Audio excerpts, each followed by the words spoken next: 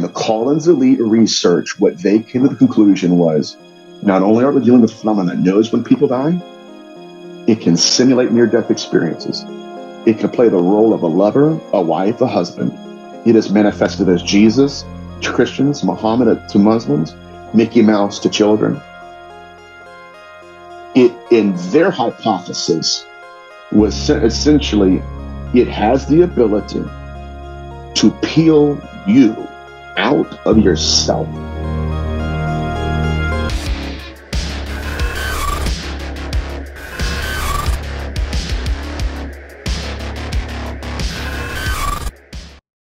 Welcome back. I'm here again with Nathaniel Gillis. Nathaniel, welcome back, my friend. Thank you, sir. Thank you for having me.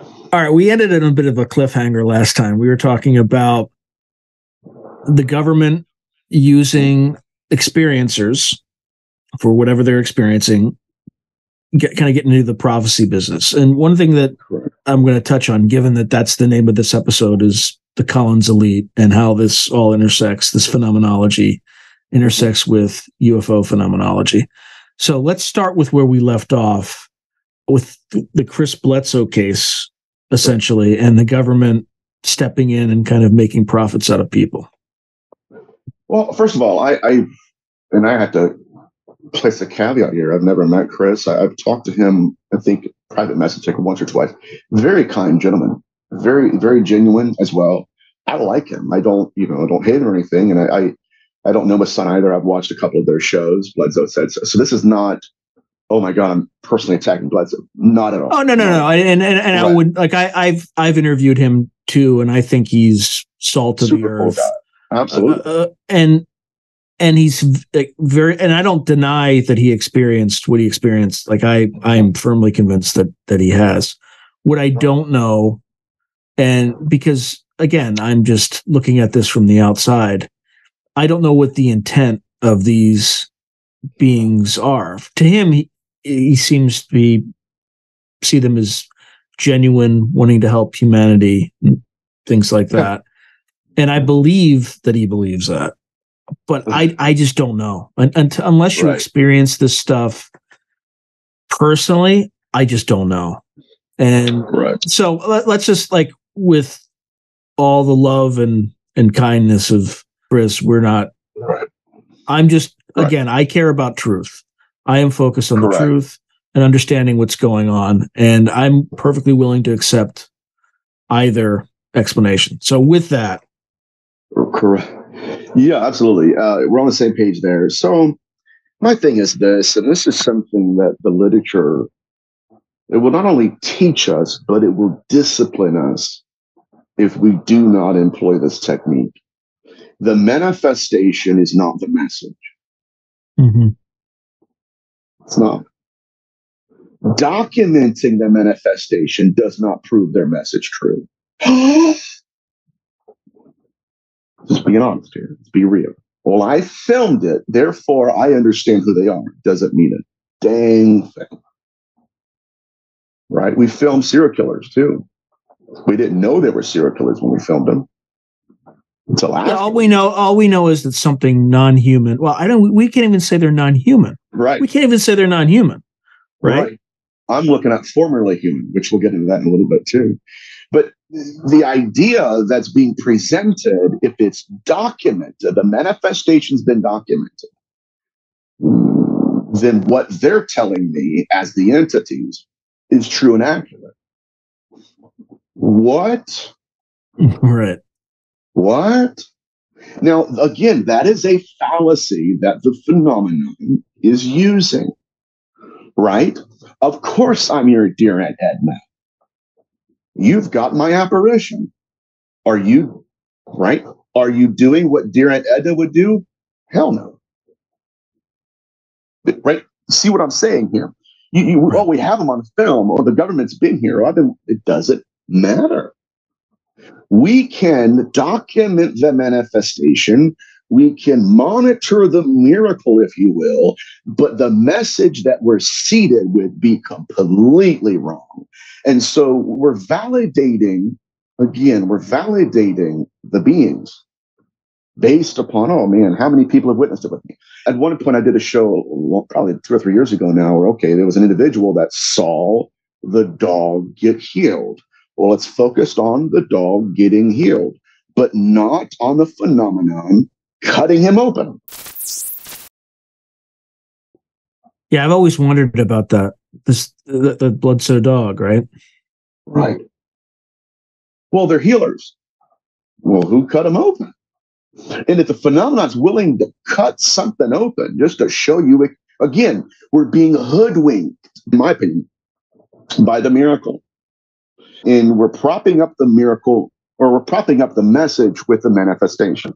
And that is another way, again, that I believe the phenomenon is bypassing what we would usually use to say, okay, this doesn't make any sense whatsoever. There's something wrong here. Getting back to the way they're making profits, absolutely. This is why, okay, do you want to contact them? Come through me. Mm-hmm. I have my own rituals. I have my own prayers, even to the point where we have, I think it's Travis Taylor, building altars. Yes. Building Say more about that. Say more about that. Altars to contact the phenomenon. I'm getting passionate, and again, work with me. I haven't done a show in a while. Where is Final Events? Ladies and gentlemen, Travis Taylor building altars. Who would build an altar to an alien? Unless there's something deeper at work here. This is where I and my colleagues are at. We're looking at a way to test them. Right. For instance, okay, Jesus, even for those who don't believe he existed, Yeshua, first century, even for those who just believe it was a fairy tale, even the fairy tale would never have Yeshua saying that Ra in Egyptology is a god. It is antithetical to everything we know. So then why would this new Jesus tell us what the old Jesus would never tell us? Right? Again, it goes back to this. Okay, Dr. Michael Heiser, a Hebrew scholar, just recently passed. Rest in peace. He was an incredible scholar. But do you really think that the phenomenon would have abducted a Hebrew scholar and tried to convince a literate man? Hello, I'm Jesus. Test me. Okay, what did Jesus teach? What did he believe? Oh, well, Ra's God. Nope. Right? That's like Dear Aunt Edna was a big Phillies fan, but this new Dear Aunt Edna, I like the Red Sox. What? Right? It doesn't match. So it seems to have some sort of ability to the phenomena of telepathy. Mm-hmm. But what you seem to say is that it's not 100%. It's not foolproof, right? Because if it could read your mind, it would have all the right answers. Right. Remember what I said, the rivets in the UFO, right? Even, yes, absolutely. Essentially, yes. So there is this, I'll pick things out of your brain and I'll use it. And then, do you believe me or not? This is why, again, and I'm not being religious here, but there is an ancient text that tells us to test them. Mm-hmm. Why? And again, back to my point, the likelihood of them abducting a Hebrew scholar and convincing them that, hi, number one, I'm Jesus, and I'm going to teach you something that's ahistorical, antithetical, and anathema to what the real Jesus taught, it would have been laughable. Absolutely laughable. One thing that certainly adds credence to your thesis mm-hmm. is oftentimes they're very interested in religion and kind of saying that your religions are not really, we created them, we did this and we did that, which, could be true, but it's an odd thing to be focused on or talking about. Well, yeah, if this phenomenon is not supposed to be religious at all, then why are they bringing religious figures to religious people? That is unique. But it really isn't when you think about it. But again, Michael Heiser would have laughed him off, because now you got to pick Heiser's brain. And Heiser knows for sure. Okay, we have history here. You can't create your own history. We have a narrative that's interwoven throughout the halls of the past. And he never taught that the God of Egypt is the God of the Bible. Matter of fact, the Hebrew word Ra means evil and possessing. Right. And my point, though, again, is that there has to be a testing mechanism here. And the testing mechanism cannot be manifestation. Mm-hmm. Because they've manifested, right? Oh, I'm dear Aunt Edna. Well, what do we have? Right. Okay, so getting back to this one medium that I know, he's 20 years. His mother guided him. Okay, what do I do with this relationship? His mother says, okay, I want you to do A, B, and C. And then in like the 20th year, his mother tells him, I want you to do this and this. And then he's like, wait a minute. My mother would never tell me to do that. It's antithetical. It doesn't make any sense. And then he starts to think, whoa. The entire time. Right. Test them. One of my heroes in the field, Barry Fitzgerald, another one, Steve Mara, Dr. Barry Fitzgerald, Steve Mara. Both of them have said that. And I can't stress it enough myself. We have to figure out a way to test them. It cannot possibly be the government believes in this. That's not enough. The government's been in my house. Well, I mean, the government knows it exists, but what the government thinks about it, they're not telling. They're not telling Chris Blo. No, and I will, and nothing against him. Like I said, he's a great guy. He seems very genuine. But again, genuine people, right? Getting back to this idea, okay, there is collusion going on between our government and the Catholic Church and the Vatican. 100%. I know that's a fact. Well, it's the whole Tim Taylor thing, right? Going through the Vatican archives, Diane Pasulka, right? But again, our government and the Vatican, they do not see these people, in my opinion, they don't see these people as living, breathing individuals. It's a test figure, okay? Testing subject, hey, can we look at your wrists? Can we look at your body? Can we do, okay, sweet. Mm-hmm. And then I'll feed you some misinformation. Hey, man, you want to go do some rituals? What was he invited to? Bohemian Grove. Yeah. Bledsoe was? Yes. When did that happen? I don't know when it happened, but Ryan, I think it's Ryan, his son Ryan. But again, okay, how would I get you to really misunderstand what's going on? Oh, welcome to Bohemian Grove. Like, okay, so you have Bledsoe and what, Bill Gates? Like, does that even make any sense? No, it's almost like a disinformation campaign. Like, oh, yeah, sure. We'll put you in Bohemian Grove. It's all of this stuff. I don't know what to think. I do not, it's not that I don't trust the experience. He's worthy of trusting. I don't trust the experience. I don't trust the message. And when you look at the way religions have been created, even with Muhammad, an angel manifested to him. Recite. He recites, someone writes. Okay? There's always a manifestation accompanying an experiencer or something. Somebody, I witnessed this. I experienced it. It's profound. It left me with a profound state of bliss, and now I have to share it. And that's what they're doing. Now, the problem begins again for us is when they interweave religion, then we have a frame of reference, whether they want to acknowledge this or not. If they're referring to Jesus, then we have to go to Jesus. We can't leave it alone, right? And that's when I start having a problem. When they start teaching doctrine. Mm-hmm.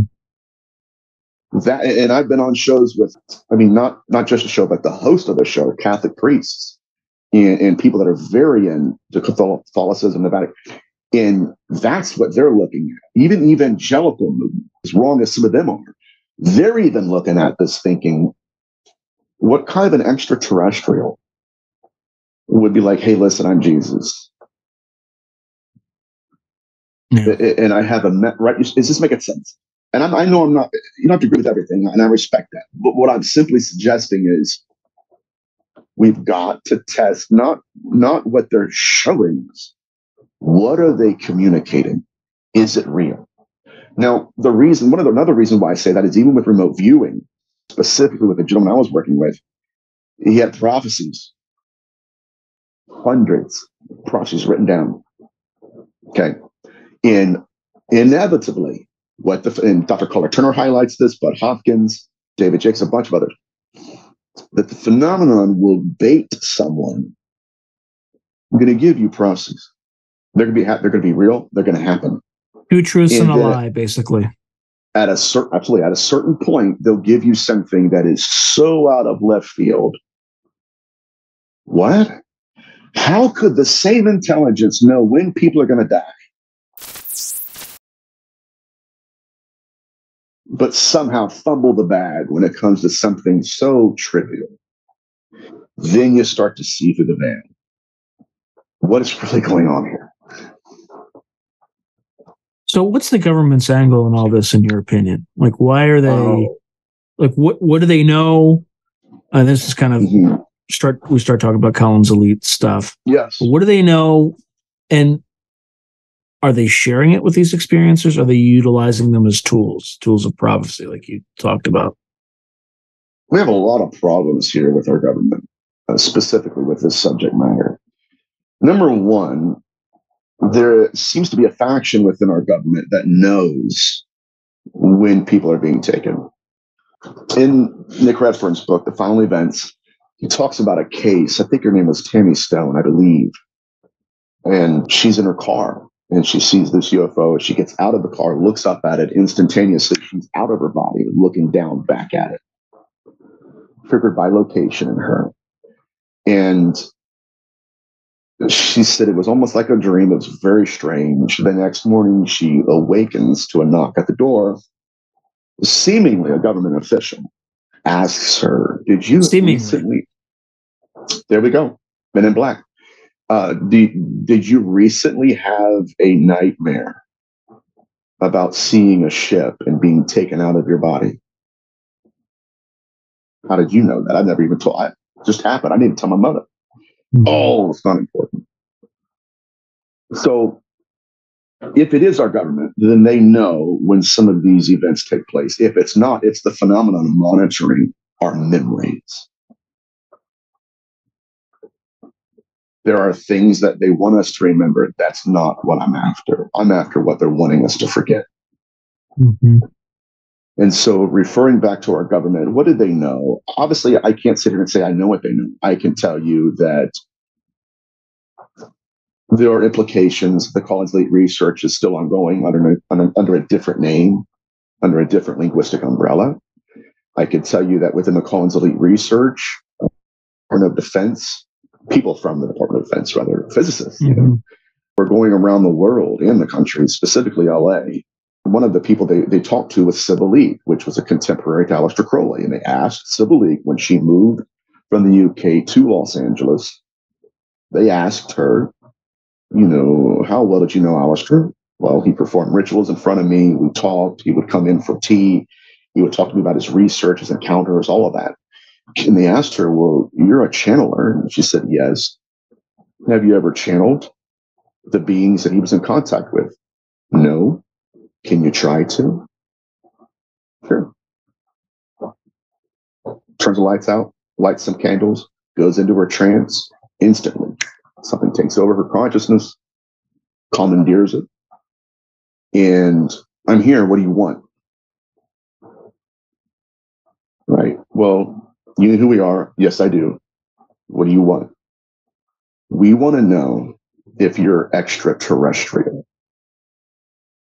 You fools. You really believe that? This is our newest deception. And then what happened? Nothing. They wrote it down. Great talking to you, man. We'll talk to you soon. Why would the entity tell them that? I have no idea. Why would it? Again, obviously, especially in Catholic demonology, they all lie. They all lie. But they only tell the truth when they give you their name. That's what they say. right? So there's this game being played. But why would an ET tell people that we only have a few scenarios here that the ET is the newest deception? Why would an extraterrestrial? So again, getting back to what the government believes, I know that field of research is ongoing. It's ongoing. And some of my mentors have told me, they've been to the Vatican, and that the Vatican has told them that according to their records, that the war that we were told has ended is still ongoing. In that we as a species are in the middle of it, which I think is a weird take on it. A war, like what kind of war? They're coming from theology. So the war in heaven, angels versus demons. And we're in the middle of it. It's still ongoing. It's not won. Now, like I said, it's a very unique take, but I want to go into the Collins Elite research a little bit deeper. Because we have ufologists in the field, and especially on UFO Twitter, which I'm not a part of, thank God, where it's like, okay, well, the government, there are people in the government that say, I had to do the voice because it's honestly, when I read it, that's what I put in my head. I'm like, wait a minute. It's got to be how they sound when they say it. People in the government, they're like, this is all demons, and they didn't want this research done. And then they go on saying, okay, and forget all that. But why did they say that? Because a lot of people, especially in UFO Twitter, these people, okay, they'll suggest without any evidence. By the way, that was a good impression of Tom DeLonge, but yeah, there we go. Yeah. Oh, the small thing. Yeah. The idea that they give us is that, well, they're all full of crap. They don't know anything. They're saying this because they grew up in Sunday school. Hold on a minute. This is what I put on UFO Twitter years ago. I thought it was laughable. I said, all right, look at this. In the bibliography of Nick Redfern's book, he's got hundreds of references to books, not just that Nick has read in the production of this literary offering, but specifically the research in the literature that the Collins Elite read and the people the Collins Elite spoke to. Mm-hmm. The question I offered was very simple. Well, by the way, just for folks who don't know, what is the Collins Elite? Just really quickly. Okay, the Collins Elite was a group in our federal government. Most of them were physicists. They worked for the Department of Defense. And admittedly, they did have an evangelical, evangelical background, basically. And so their interest lied in whether or not the phenomenon we're discussing is demonic in nature, or if it's not.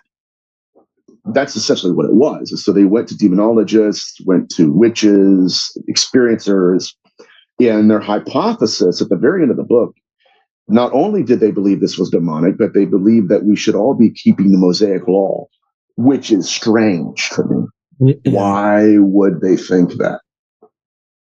What information did they have that even suggested it made a difference? But they were also super, super depressed. If I remember correctly, some of them were actually baited into doing some of these rituals. And as a result, they were kind of ensnared by the whole thing. So it ended pretty despondently. And like they were just like, we're doomed. It was kind of what they realize is something. Absolutely. What they realize is something that is grieving to anybody that's being honest about it. What they realize is that we cannot control them. We cannot define them. The vocabulary that we inherited from our ancestors, it no longer works. It not only does it not work, but the laws we were told they follow, they do not follow.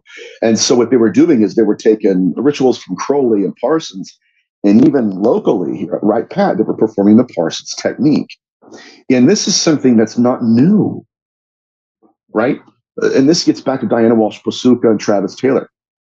When you're looking at esotericism being employed to reach these beings, it once more points to them not being extraterrestrial. It points to them being seen. This is Collins Elite. It was almost like we're dealing with ascended masters who were using sorcery and technology, both of them, as a way to control this world. this is why, okay, the Parsons Technique, again, he was a scientist, but he was a conjurer. Well, and that's kind of allegedly, at least in the book, how he died. He died in a fire, right? Where allegedly he had conducted a ritual. And then I think shortly thereafter, you had the crash at Roswell, if I had the timeline correct. Is that right? Yes. And I think it was shortly after Crowley's death that you had these manifestations. I believe it was either Crowley or Parsons. But yeah, so the idea here, though, is that if I leverage my consciousness. Also, Parsons. Explain who Parsons and Crowley are for people. Parsons was a rocketeer. Yeah, he was a rocketeer, and it's really cool. And he founded Caltech, right? Absolutely, yes. Yes, he did. And his whole thing was, he was a brilliant guy, but he believed that if he leveraged his consciousness and leveraged his own soul, which happened at the end, that he would gain insight into their world and they would give him crumbs of technology. This gets back to the nuts and bolts aspect, which you mentioned early on in the other show. It's not nuts and bolts or just nuts and bolts. There's consciousness involved. There's esotericism. There's ritual, all of this. And it's a weird box of nuts because none of this should play into the other. Specifically, if you're looking at the mechanical mind, okay, yeah, this works. Okay, what if you pray about it? What? Why don't you go do a blood ritual and see if, would never make any sense. It doesn't make any sense. And yet that's what was occurring. Like I said, even the Collins Elite, a lot of their research is still being performed, but even locally at the Wright Pat Air Force Base, they were performing, allegedly, the Parsons Technique, which I still have not been able to find. It wasn't just sex magic. It was something that he only shared with a few that our government, because of the Collins Elite research, got a hold of. And according to Redfern's research in communicating with these individuals, they were performing these incantations and rituals at Wright Pat to the point where they actually were given a piece of metal. So this is like apportations, basically. Actually, Grant Cameron's actually is starting to pursue that line of inquiry because he's a bit fed up with the whole UFO community. Is it real? Is it not? Yes, it's real. Let's move on. But the supports thing is starting to become more and more prevalent, which is kind of interesting. Absolutely. Go ahead. I didn't mean to interrupt. And again, it's another interconnectivity between demonology, ufology, and hauntology. We've had apportations for hundreds of years in hauntology. That's not my wallet. Open it up. It's, oh my God, it's the neighbors. Or, and we see this over and over again. Real quick, Aleister Crowley. Yep. If you just quick background on him too, for folks who don't know. Yeah, well, he was a ritual magician, and so he took Kabbalistic rituals, bastardized them. There was a lineage. Let's back up. There was a lineage. There was a guy named Brahman the Mage who created his religion and his rituals off of Kabbalistic material, names of God, names of angels. Right? You do this at a certain time of the day. You say these words, all that stuff.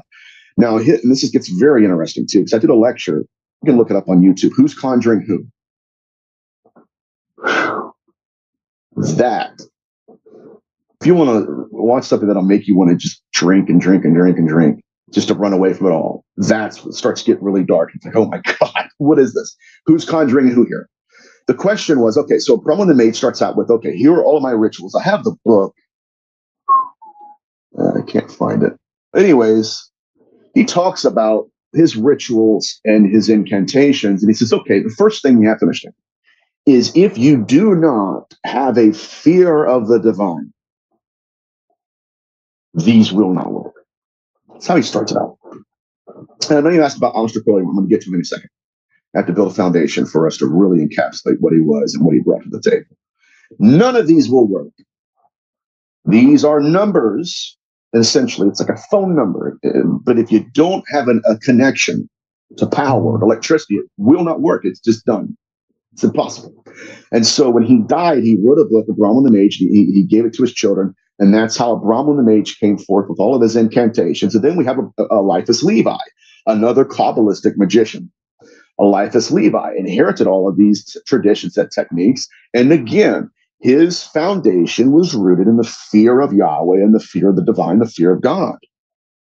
Now, both of them, this is going to blow your mind, encountered a form of sorcery that they considered to be angelic.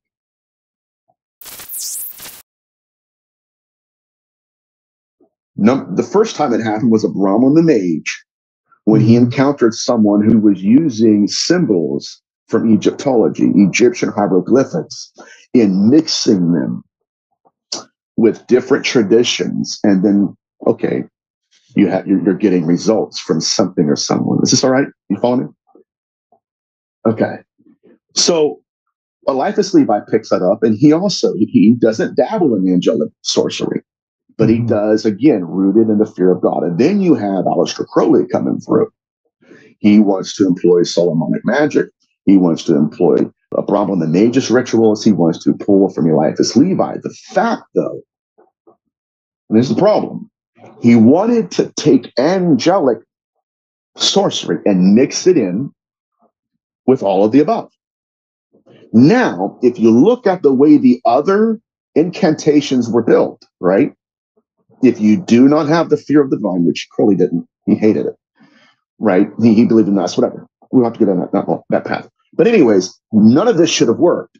And yet when Crowley performed these rituals, something responded. In my lecture, Who's Conjuring Who, I begin it with the shortest horror story ever told. The last man on earth is alone in his house, and there came a knock on the door. What is that something? That is what we're dealing with here. In the Collins Elite research, what they came to the conclusion was, not only are they dealing with a phenomenon that knows when people die, it can simulate near-death experiences. It can play the role of a lover, a wife, a husband. It is manifested as Jesus to Christians, Muhammad to Muslims, Mickey Mouse to children. In their hypothesis was essentially, it has the ability to peel you out of yourself.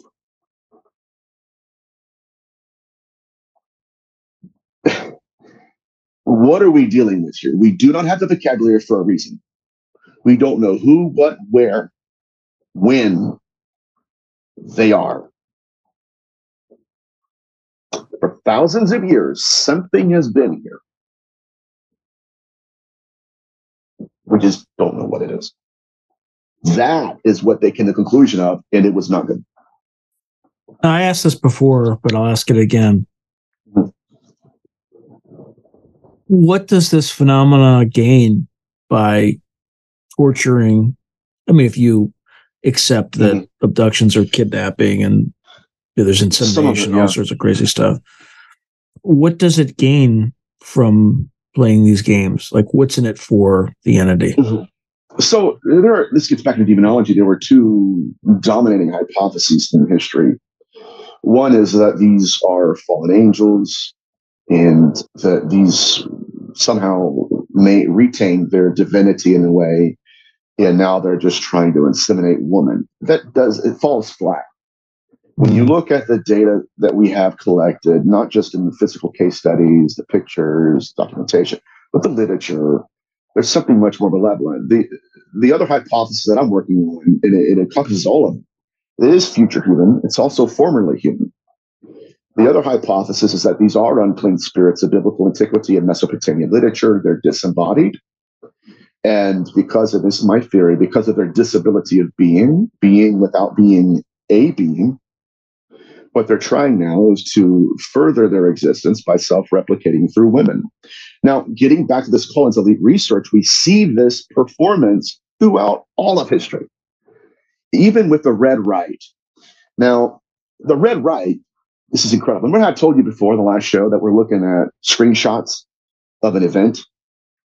And those screenshots we've compartmentalized, not realizing that if we just put it as a video, we'll see it for what it is. Case in point, with dealing with this magician, magi, ascended master theory, these magicians in Mesopotamia had a ritual that they would perform when their body, their container, was dying. You ready for this? They would go and kidnap a woman, They would inseminate her with seed. Okay. They would create a baby inside of them. Apocryphon of John, remember? Check. And then they would transfer their consciousness out of that body into that fetus. Now they have a new body. They would do this over and over again to the point that now we have lineages where this person died 1,000 years ago or 100 years ago, and yet their great, great, great, great, great, great, great, great, great, great grandson, identical. Now, I'm not David Icke. I love David Icke. I'm going to be on their show. I don't know. You know what I mean? I don't know. But that does play a big part of it. And I think he's onto something, and specifically with that, because here's what they were trying to do. I want a body that looks like my apparition. Mm-hmm. And by doing that, right, and I now have a body. Now, this gets back into possession and pregnancy. Is this okay? Am I rambling, or is this making sense? No, you're talking about bloodlines and why they might be attracted to particular bloodlines stretching all the way back to ancient Mesopotamia, right? Right. Okay, cool. So here's the deal. We're looking at afterlife phenomena. How many times have we heard that rise? It shows up throughout all the literature, even with Kenneth Arnold. Okay, what is this? It seems like it's afterlife. That's what he thought. This is afterlife phenomena. Whitley Strieber and his wife. What were we experiencing? It looks and feels like there's a measure of death here. What are we dealing with? So if we're getting back to the hypothesis that I'm working on, it's not that they're aliens. It's that I believe that we're dealing with formerly human entities, in that there is a self-replication process being employed. Now, getting back to this, I don't want to ramble on it. It seems like I don't want to. No, this is fascinating. Okay, so getting back to Ian Stevenson's work, he worked with people that had past lives. And when you look at this is incredible, he was talking to people who would literally tell him, this is how I died. Well, how'd you die? Oh, well, I got stabbed in the neck, or I fell underneath a chariot in Egypt and I broke my neck. In the area where the wheel punctured or something punctured their neck, now it's a birthmark. Yep. The death wound becomes the birthmark, even to the point that when he was dealing with later cases, it's so interesting, where he had one woman who said, my name was so-and-so. Really? How'd you die? She tells him. So he would actually go through the records and pull up that individual. She died when this person said she did, and their faces looked almost identical to each other. So again, there is this aspect of the phenomenon wanting. Were there bloodline connections, or was it more about, because similar DNA would get you a similar result, but right, no bloodline connection. Completely different country, completely different kind of, you know what I mean? So it's very unique. But when we're getting into this desire to self-replicate, one of the questions that I started with was, okay, why would you want to replicate? What's the necessity? Well, it's almost, and there's theories out there, okay, well, they're a dying species. Well, okay, I can go with that, right? They're trying to keep their bloodline. But I think, again, that it's consciousness that we're dealing with, not just the bodies, the hybrid, but the consciousness that's in them. Can I go down this road for a little bit? Yeah. Okay. So this is why understanding Mesopotamian literature is highly important. In biblical antiquity, they had the understanding of the unclean spirit, Tumarua. Tumarua was not just an unclean spirit, it was consciousness. They had what's called the open vessel law, and that was essentially, if you go into a house and there's a corpse there, what they would do is they would go around, they would go to their cupboards, they'd have all their pottery, and they would close all the vessels, close all the doors, because they did not want the consciousness of that corpse to inhabit the house, the vessels, and more importantly, themselves. Now, we're dealing with the hybridization program, right? We're supposed to be. We're dealing with beings that are trying to self-replicate through the wombs of women. We are. Mm-hmm. Let's go down a very dark alley. In the 16th century, there was the CE5 movement, who, even though they had a different tradition of who these beings were, still operated on the basic premise of good intentions. Our intentions with them determine their intentions with us. And so they would meet. Okay, they would meet in on hilltops. They'd meet in basements. They would try to contact a phenomenon. This is called the Dybbuk, right? The Hebrew demon, basically. Correct. Now, it's incredible.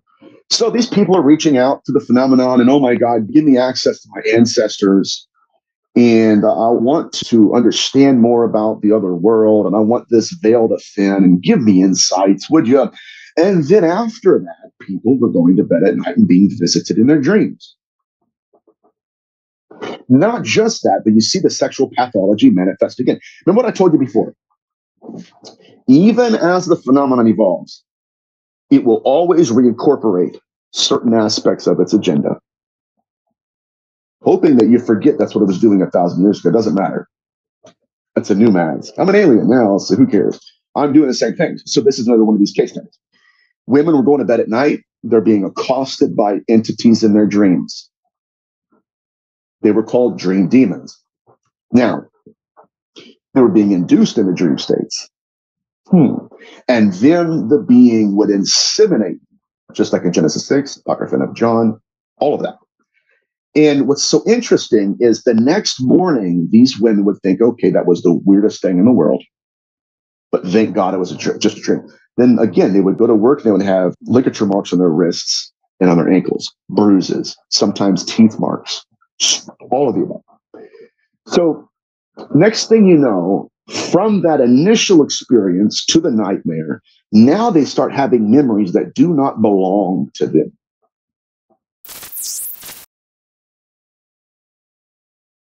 Oh my God, you're starting to see it.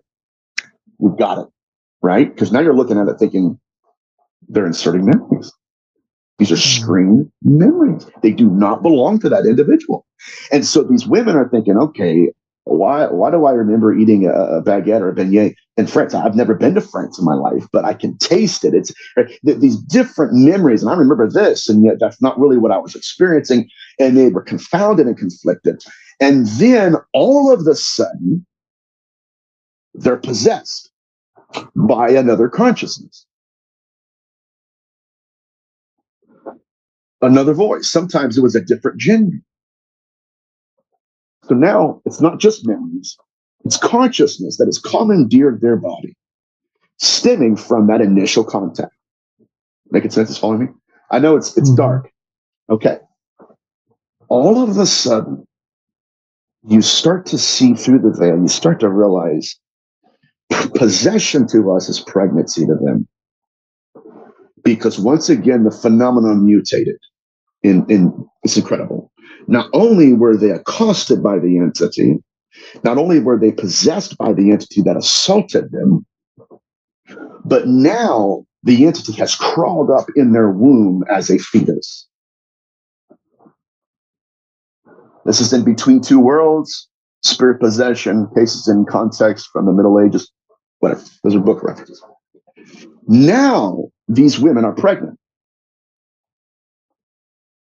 And when they go to the exorcists, again, your first exorcists were also physicians.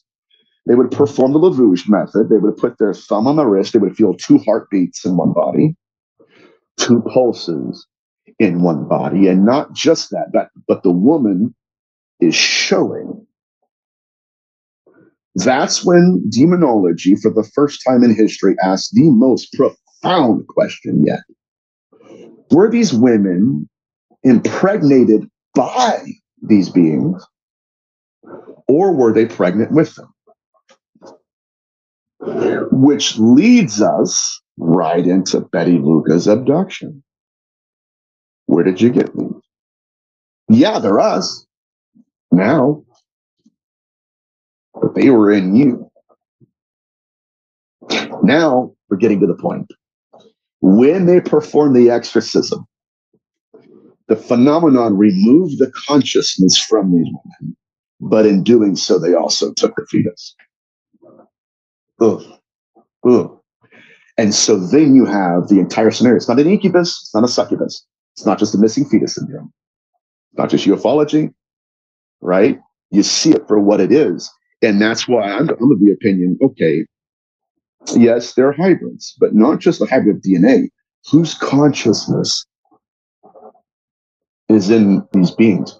This is, I'll end it with this. This is, or at least this rant. This is why in Genesis 6, they were called the Rephaim, the deceased, formerly human. This is why they were unclean spirits in Mesopotamian literature. They were disembodied, no bodies. They were looking for a new body to inhabit. So what did they do? Created new bodies for themselves. And lastly, that's why in the deep book phenomenon, they consider the missing fetus syndrome as the impregnation of the dead into the bodies of the living. That now we're landing in a whole different stretch of research, which I call necronetics, the genetics of necromancy. So what happens to these fetuses once they disappear? They become them. Which are just kind of a non-physical / physical. This is like the homunculus. Homunculus, yes, sir. Absolutely. And we've seen that. We've seen that same thing. A homunculi, okay, we don't put them in glass jars with what? We've seen that in ufology. And I guess what I'm stressing here is, what if we're dealing again with it's technomancy, it's necronetics, it's technology and necromancy. It's not AI. It's a species of the dead that has worn different masks. And yet when you look at it, it's trying to hack the afterlife. I do not want to have the disability of being, and I'll shut up, I know I'm rambling, but that's where I'm at with my research, because it includes everything. Even to the point of your implant. You know where your implant came from? Okay. In biblical antiquity and Mesopotamian literature, they used to have a technique of necromancy where they would carve amulets and names into small pieces of metal. Then they would take a corpse and implant that, into that corpse. And through technomancy, the consciousness of that entity would merge with matter, and then it would stretch itself into that body. And now you have fleshly eyes, but ghostly vision.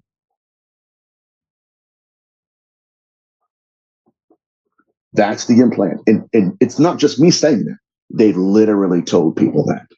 That's why they're alive, my friend. I'll shut up now because I'm going everywhere at once. But it's so, in other words, the implant is kind of like that amulet where they're implanting a portion of their consciousness in 100%. a human being.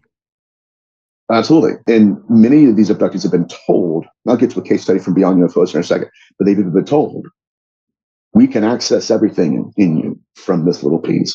That's why when we have people that are trying to reach for them,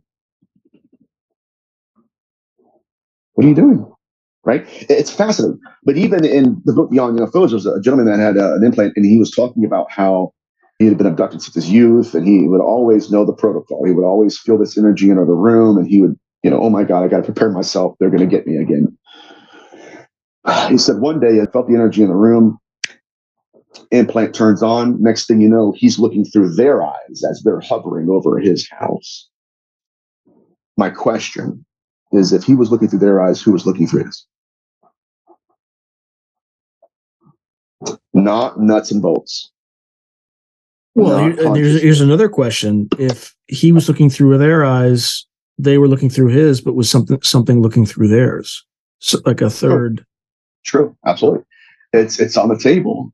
But I guess my point here today is that for whatever reason, the phenomenon wants us to believe it's new.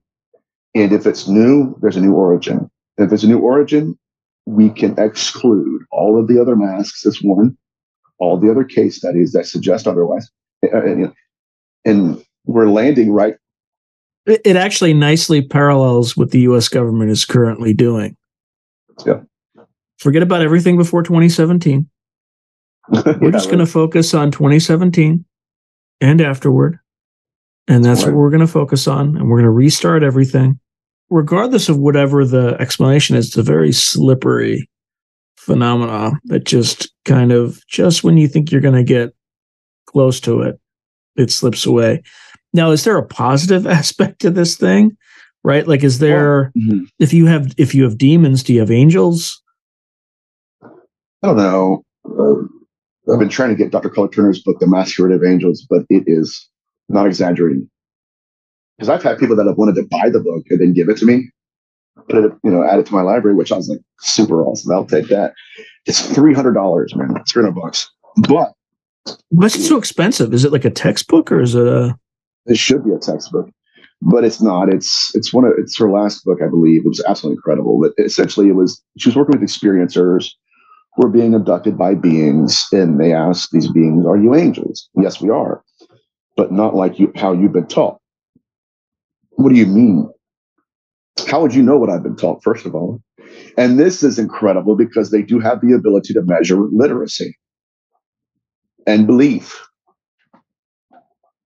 I was working with an individual recently who told me that they started taking her as a kid. And so her exposure to literature was basically comic books, cartoons, drawing, coloring. And she said when they took her as a kid, they appeared to her as like a clown or a Mickey Mouse or something. And it's weird because she said that when she got older, she got taller, but they didn't. And so she said there was one day when she's like, man, she goes, I hadn't watched Mickey Mouse, or, I was a little bit older, but they still appeared to me as Mickey Mouse. And she said it. So she's like, when I'm looking at this is incredible. This is something, again, oh my God. She said, I'm looking into this being's eyes. And she's like, in my own mind, I'm thinking, I'm getting older, but you're not. Like, why are you still appearing as, a cartoon character? I don't even read that. It's weird. Like, and then its eyes started doing this. And she said, it felt like, okay, now right? The gig's up. I'm not Mickey Mouse. And so it's measuring her belief in it. Oh my God. Yeah, there's another case that Grant Cameron talks about where there's this former military, or either a veteran or current military official, and these beings appear to him. And the guy looks at him, he's like, your uniform's wrong. Mm-hmm. And it instantly shifts to the right uniform. Right. The other thing that he commonly mentioned is when he talks to experiencers, he asks, okay, you were abducted by a gray. Did they have any nipples? And I'm like, actually, no. Do they have any genitals? Come to think of it, no. Right. So it's like these thought forms, essentially, where they just, regardless of whatever it is, right? Right. There is a back and forth with consciousness and like a participatory manifestation, right? Like your belief system influences what you see in some way. 100%. And I think that we're all on board with that. I mean, I think the evidence is glaringly obvious there. The question, though, is, okay, why? What's really going on here? What am I not seeing? Why is this mating game being played in a way? And this is why I'm going to be on with Richard Willett, David Icke's his thing. He's one to ask me, hey, like, what about this involves the simulation theory? And a lot of this, again, if you look at the way games are played, the alien is just the newest character. Mm-hmm. And the problem is we can, and this is what oh my God. In the deepest recesses of my being, there is a part of Nathaniel that believes this. I believe that the reason the alien is the alien to us is because it doesn't want to be vetted. Mm-hmm. You can vet dear Aunt Edna because you have a history of that. You can vet Jesus, Muhammad. You can't vet me. Watch this. It's by definition a parasitic species that potentially is co-evolving with humanity. Co-evolving with us and through us and in us. Are they conjuring us to conjure them? Do they need an invitation? It sounds like they do, based on what you've been saying. Well, let's get back to this parasitic hypothesis, something that it blew my mind about a month ago, because I was like, oh my God. This non-threat narrative people are peddling in the field. Okay, they're not a threat to us because they're not killing us. That's stupid. It's lazy. Forgive me. You said it, just be real. It's lazy because we slaughter thousands of cattle. thousands. We devour them, and I love steak. Oh, give me a filet mignon. We also feed them and take care of them right up to the moment of slaughter. Because we need them to replicate. And I mean that in both ways. Not us. I'm talking about in their relationship with us. Absolutely. So if we're looking at a parasite, the parasite is an absolute threat to its host. Now, its job, its desire is not to kill off the host. Its job and its goal is to survive. Well, I told you this ability of being without being a being. I have to have it. And so the survival of our species is very important because it's the survival of theirs too. And so it's this mortal portal aspect of, and it's all intertwined, of course. But again, the host's, its job is to facilitate that organism. That organism doesn't want to kill the host. It wants to inhabit. This is the nature of possession. This is the nature of pregnancy, the way they're employing it. And yes, so I'll shut up, but there's a lot to it. Well, I mean, you also hear common messages of environmental protection and things like that. But but it's positive. It's positive, but it feeds right into what you're saying. Like if you had a host, you wouldn't want that host to destroy its environment in order to. It's not really our environment, is it? That's the thing. And I've heard some of my I have to ask one of my mentors about this because he mentioned in a show he did. I'm like, what do you mean? He said essentially that, there's a reason why they're wanting to protect this planet. I think, again, it's not ours, it's theirs. But there's this. All right, let's get Dr. Color Turner in her book Taken, the very last chapter, she gets into this really interesting riff. And she starts talking about how usually they would take her in her dreams and she would think they're dreams, but they're actually abductions and, dream demons and all that stuff. We covered that already. But then she's like, she goes, one night, she goes, I asked God or the universe, is there anything good about all this? Because it sucks. I'm suffering PTSD. My husband is PTSD. My kids have PTSD. It's really tough, and I'm trying to be silenced. And so she said she went into another dream where it was like, oh my God, this is bad. This is going to be really bad. And then all of a sudden she said something very weird. It plucked her out of the dream itself. Yeah. And she said, it wasn't like they plucked my soul or my consciousness. She said, because I remember sitting in the chair they put me in, physically touching it and thinking, oh my God, this is not a dream at all. And she said she was sitting in front of a panel of beings. She could not see their faces. She could look up enough. And she said they showed her as like a movie screen at a theater. It was a looping video of Jacob and Esau. And I think it was Jacob. Jacob took Esau's birthright. And they would replay it over and over again, where Jacob goes to his father. Where's the covering of Esau? Oh, you're furry. Yeah, give me that. I think it was. I believe. I might be mistaken. But yes, here's a church boy saying that. But yes, so essentially he was trying to take his brother's birthright. And they would pause it. Dr. Turner, what do you see?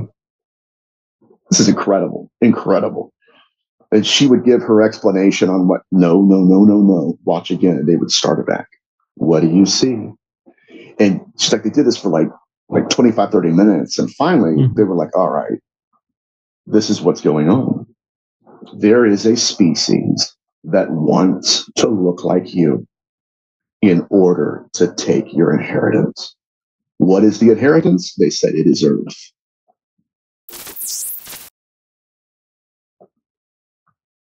They want to look like you. This gets back to a movie. My favorite movie other than Tombstone is Dark City. Alex Proya's work. If you're familiar with it, when they said he's becoming too much like us, so we must become like him.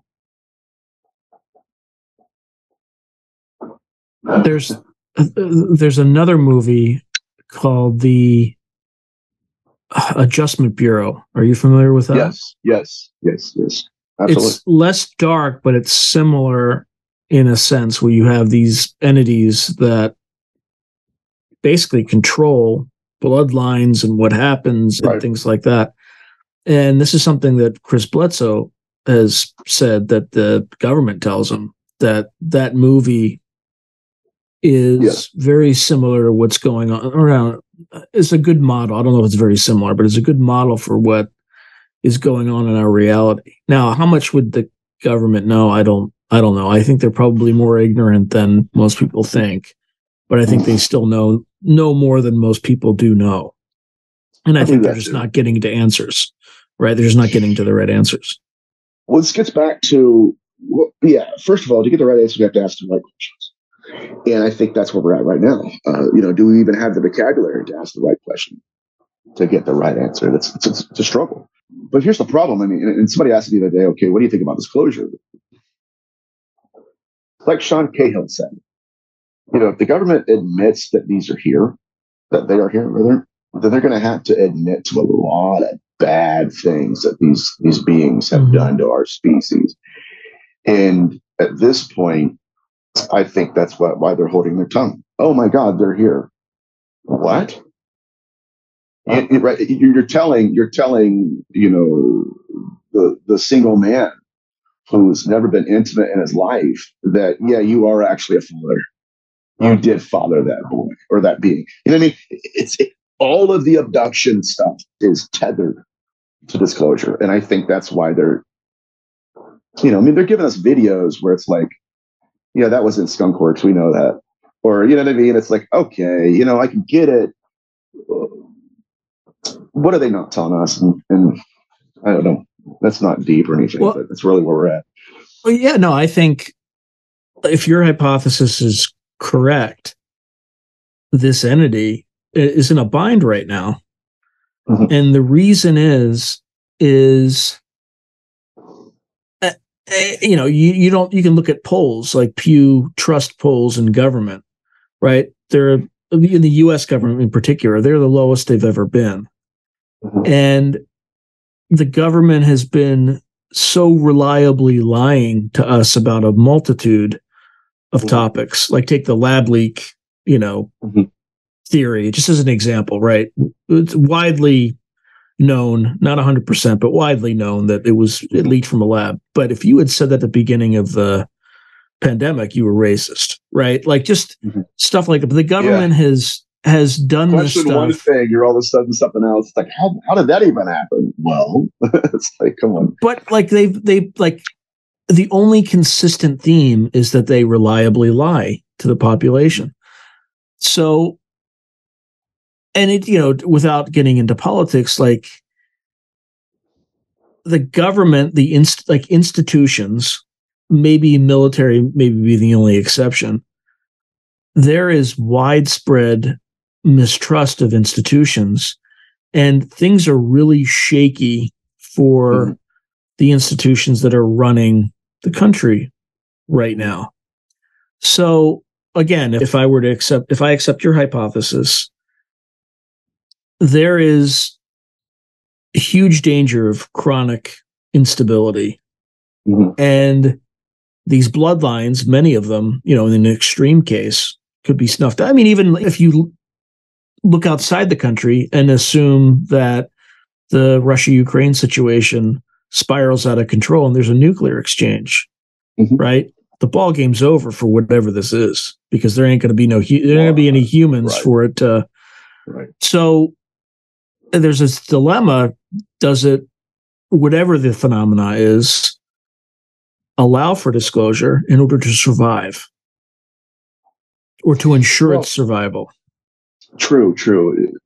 Something that's very fascinating. I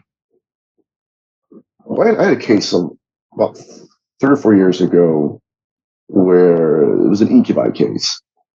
And I had already talked to the couple twice. I've been there twice. And it was happening, obviously, to the wife.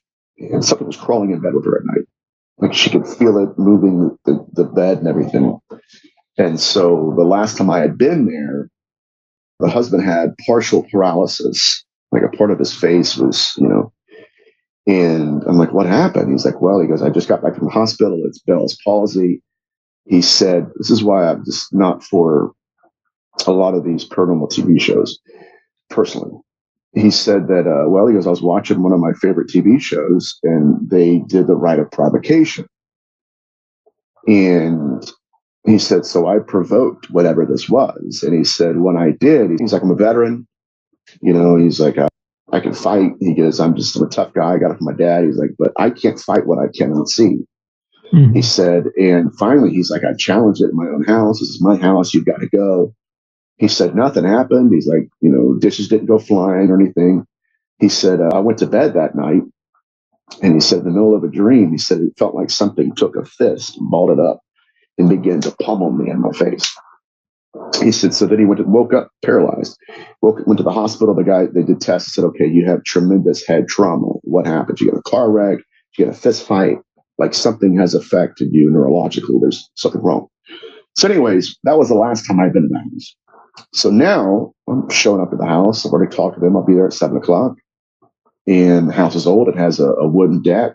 And the deck is weird. Like the house is here. The deck is this way. You don't go up and knock on the door. You go sideways to it. And so I'm knocking on the door. And I'm looking through the window. I'm looking at this couple who are facing me, talking, eating dinner, talking. The TV's on, just hanging out. And I'm looking at them and I'm knocking on the door. 7:00 on the dot, man. I'm here. What's up? Let's go. Knock on the door. It's a wooden door, and I'm banging on it. And it's like 30 degrees. It's really cold. So I'm like, oh my God, what's going on? Hello? Dude. So finally, I texted my mentor at the time. I said, have you ever experienced anything like this? He goes, yep. So finally, I called them. And I watched the husband pick up the phone. Nate, where you at, man? Right here. Man, we thought you just forgot us. I thought you were going to reschedule or something because we're waiting here. We're anxious. We want to get this thing taken care of, do the investigation. I said, dude, I've been out here for 25 minutes banging on your front door. We haven't heard a thing. You had to. No. Like, where are you at right now? Right here. And then finally they come to the door to open it. It's worse than we think. They can suspend laws of nature. Well, it might not be. It might not be that they need to suspend the laws of nature. They can just cut off your sensation to your, absolutely, all of it. Auditory, whatever, ear connect, whatever. One. This is a dark question. So, the internet, mass communications. Has this enhanced the ability of a phenomena to do what it does? In some ways. I mean, when we look at the propaganda that they're employing, even especially in the New Age movement and esotericism, this is what our government found out. Getting back to the internet, okay, I read this on the internet, it must work. No. If you build a circle of salt, they'll stay in it until they beat you up. Which we've seen that. So the internet is good at disseminating propaganda. Mm-hmm. And it's just like with this TV show this gentleman mentioned. Like, is that a tested method? What are you doing? Well, I saw it. And so the question I'm asking myself is, where is this propaganda coming from? Right? There are rules. There are smoke and mirrors. And then, okay, we'll go left thinking we're going to get them, and they're right. You know what I mean? And so I do believe the internet is good in propagating the lies that the phenomenon wants us to believe. Is it a threat for also propagating the truth to the phenomena? I think so too. Yeah, absolutely. But if we have factions within the government that will take things down that it doesn't want published, like there are plenty of shows that I've been on where even my shows, where we're making that private. Why? I didn't even talk about the government. I was talking about the fun. Oh no, we're good. And again, if you get too close to it, it will manifest. It'll demonstrate. It's like in the Skinwalker Ranch cases where Axelrod, whoever he was, shows up and he's from the Pentagon, and the phenomenon again And Bigelow and Fugel have also mentioned this. It will literally measure your intellect, your intentions, your beliefs, and then base its next step off of you. Are you a threat to me? Let's go. It's like Axelrod. He's there. He's observing and documenting for the Pentagon. The next thing you know, his wife calls him. Hey, listen, we got a problem. What do you mean? Whatever you're looking into is looking into you, and it's at our house. This is why, like, when I've done shows 4 hours long before, never recorded. Said it's recorded, never did. I've been on shows with my friends Chris and Kristen in Rhode Island, where we were in the green room, and before the show, before I even get on, Kristen had headphones, and in one headphone, a being started talking. In the other headphone, another being interrupted him. He said something, and the other being said, "Don't do it now. Wait until they can hear us." And Kristen is a seasoned investigator. Both of them are. Kristen's testimony was that after being in haunted houses, growing up in a haunted house, encountering a lot of phenomenon, she said that it wasn't pictures flying across the wall that terrified her. She said it was the amount of evil that she felt coming from one ear to the other. And in her response, she told me and Chris, she said, "I heard it." She said, "I felt it." She said, "I took the headphones, threw them out, and ran out of the house." These are what I and who I believe I am tracking. I do not call them demons. I do not call them aliens. I call them molters. You call them what? Molters. Spell that. Molter. Molters. Molt. Oh, They molt. I molt, like molting. Molting. Right. When I was, now I'll shut up after this, but I was with my brother one day, and he was showing me his new tarantula, and I'm looking at this tarantula for 30 minutes, and it has not moved. That's when I realized that's not really it. So I believe the molting phenomenon we're witnessing is them living through the fetuses they're creating. And then when that dies, I have another baby to inhabit, another fetus. And so it molts one to possess another. This is the self-replication of their species. What about channeling? That's probably where I'll try to end. Is that, sure, there's going to be a lot of hoaxers. Mm-hmm. Is it all this particular phenomenon, in your opinion, that is doing that? Or are there some instances where these are legitimately benevolent beings that are working in the channeler's best interest? Okay. What I would look at is it's not the number of negative experiences that concern me. You can have, 25 years of positive experiences and only have maybe 3 negative experiences. It's not the number of negativity, the number of negative experiences that I'm drawing attention to.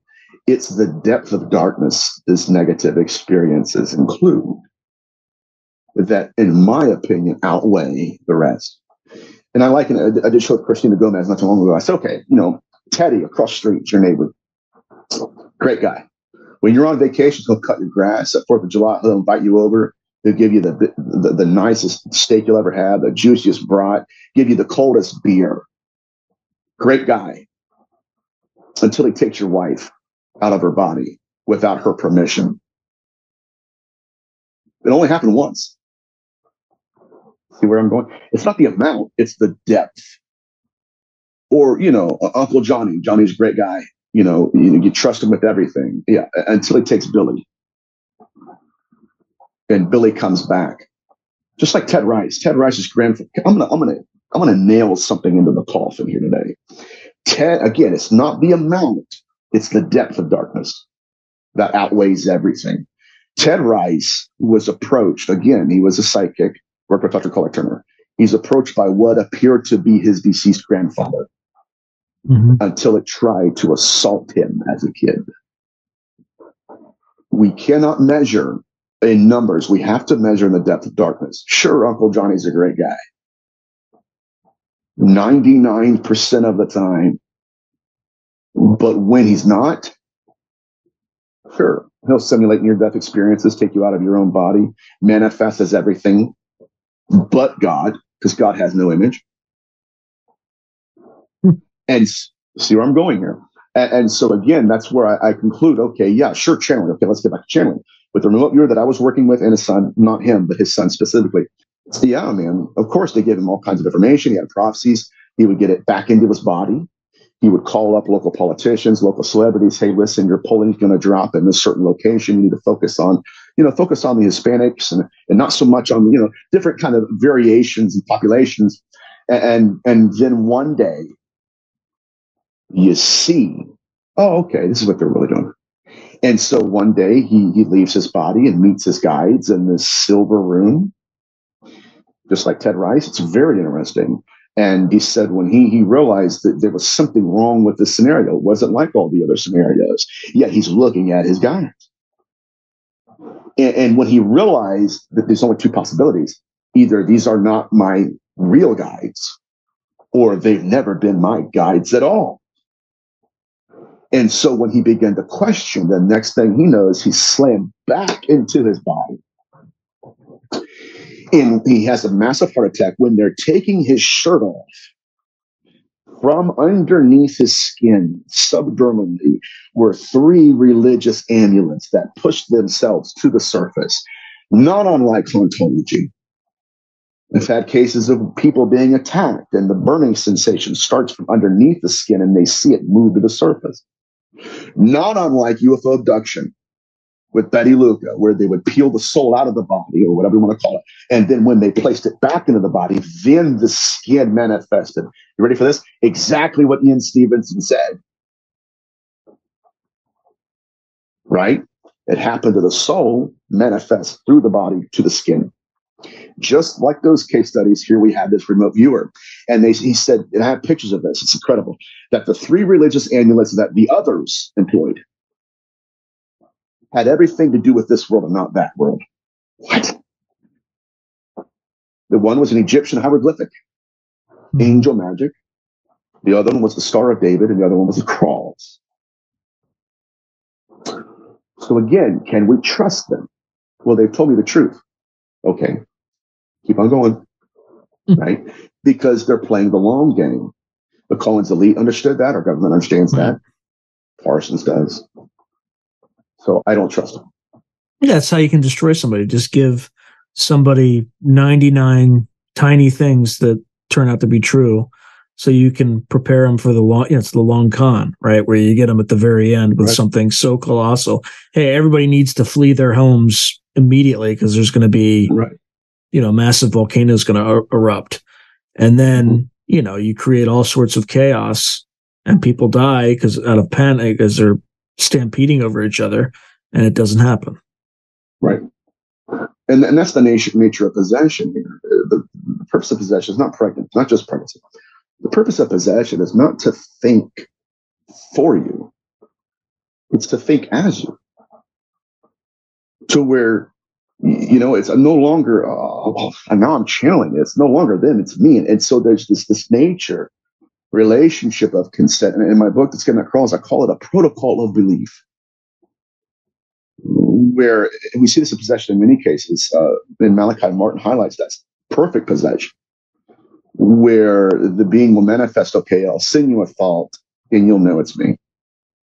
And then once I become an interior entity, there will come a day when I will think for you, and you will not be able to determine if it's your thoughts or mine, and you'll do what I want you to do.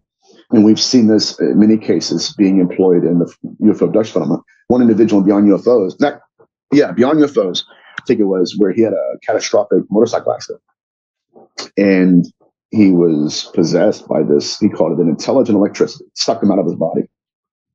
And they told him essentially, look, your doctors do not have the ability to put your body back together again. We do. So here's your options. I mean, they're not a threat at all. Yeah. And here's your options. Okay, you can either die, and we'll let you die, or you can do what we want you to do one day. We will tell you. It's like the mob, right? Just, right. Just do us one favor. Yeah, right. Yeah, hey, Joey. And so I think that's really what it is. I'll give you an offer you can't refuse. Okay, in interacting with this phenomena, is there anything people can do to fight it? And this is kind of the last, any final words of advice regarding it? First of all, test them. If they're your guides, ask them questions. If it is Darren Edna, ask her, okay, what's going on? You would have never told me this 10 years ago, right? Test the spirits. More than that, iron seems to be a very good, I would call it an amulet even. Here's why I say that and not crosses or Stars of David. Because the game they're playing with these amulets, we're completely ignorant of, my friend. Their way of playing and employing these things, it's interreligious and cross-cultural. We don't do that. So it is angel magic. It has to be. It's what Brahma and Age believed it was. Mm-hmm. Which whatever they're doing, and this is why you probably heard me in lectures, they're playing by different rules because they're playing a different game. Mm-hmm. And so now what we're doing at this point is saying, okay, what do they fear the most? Well, we have to understand what they have a faith in. And something that I would prescribe in a way is iron. Iron anything, an iron cross, anything. The earliest I have found that repellent was in Mesopotamian literature, was a ritual bowl about Lamashtu. And what this goes to show you the human condition. These women were being visited again by beings that were taking their children from the womb. It's not like, okay, they had sick. No, they're missing. They're gone. And what these women would do is they would create an iron face that resembled their own. Here's why. Because the being would descend down upon them and stare into their eyes. And so they believe in hopes. It breaks my heart, really. It's very moving when you think about it. But they really hoped that in the middle of the night, that these beings would confuse this face with this, right? Thereby, they would not lose their child. That's where we are. So I would consider iron. All right. Any final words? They're playing by different rules because they're playing a different game. I don't think they're aliens or demons, ghosts, goblins, cryptids. Again, I think that, in my opinion, we're dealing with a singular intelligence that's been manipulating us throughout millennia, possibly even creating fake religions in order to prop themselves up as authority figures. And the problem is now that the game has evolved to the point where we can no longer vet the alien outside of its manifestation, which is a problem. Yeah, right. You're my dear Edna. Okay, well, she was a Bulls fan. You're a Rockets fan. We got a problem. She was born in Boston. She loves the Red Sox. Right. This is pretty much what we're dealing with. So again, the alien, in my opinion, is the newest character of the program. Now you've got to trust me based on no evidence at all. I am who I claim to be. You're Jesus? Yeah, in the very beginning, it would start with some of these encounters, right? Like, oh yeah, I'm from Venus, I'm from Mars, and then when we look at those things, then it evolves a little bit more. People get a little bit more educated. Oh, I'm from Zeta Reticuli, right? Right. David Jacob. Now I'm interdimensional. Right. Right. I'm your grandfather, Tim. Really? Why are you trying to do this to me? My grandfather never did that. Oh, don't worry about that. That's just an alias, right? It gets back to Sibylline, right? Bunch of idiots. Don't you guys know? This is the newest deception. That was intriguing to me. Why would an alien tell me that? Why would an alien tell me it's not an alien? if it was in fact, you know what I mean? It's very strange. It makes no sense to me. Well, especially to the intelligence community, if you tell them the truth, the first thing they're going to assume is it's a lie. So of course you tell them the truth. It's brilliant point, sir. Brilliant point. But at this point in my research, a lot of the stuff I'm doing is new to people. It's not new to a lot of, I don't know. Some people it is, some people it isn't. But I'm anxious. Next year, there's a possibility of me lecturing at a massive conference across the pond. And in a way, I will have hopefully brought attention to case studies that people are not interested in or even willing to look at. Well, shining a light on the overall topic is always helpful. The more we know, the better prepared we are. So I appreciate you, my friend, and this is all very fascinating. Thank you. Thank you, brother. If you enjoyed this video, please click on like, subscribe, and the notification button so that you're alerted anytime I post something new.